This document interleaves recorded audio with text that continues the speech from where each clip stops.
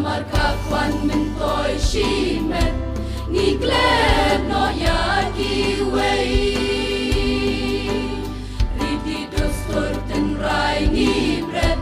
ni bud no chong ki wei chai bin real la nang ring swai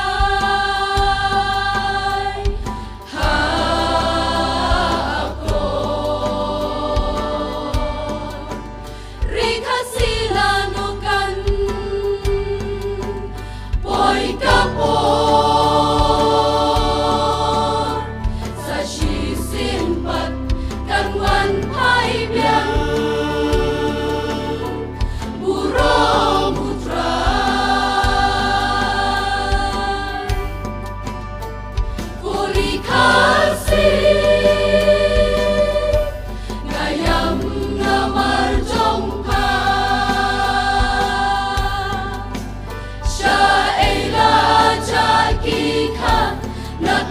trong qua cô pa ni duai ya la carito isnei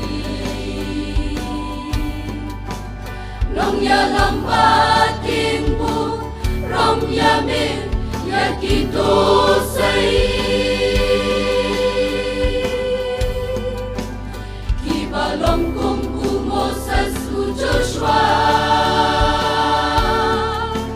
Yala karikin lam sha jing so ulong shua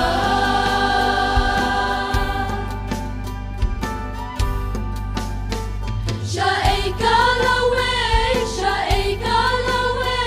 jong hari kasi Lawe kari Kashong hanga happy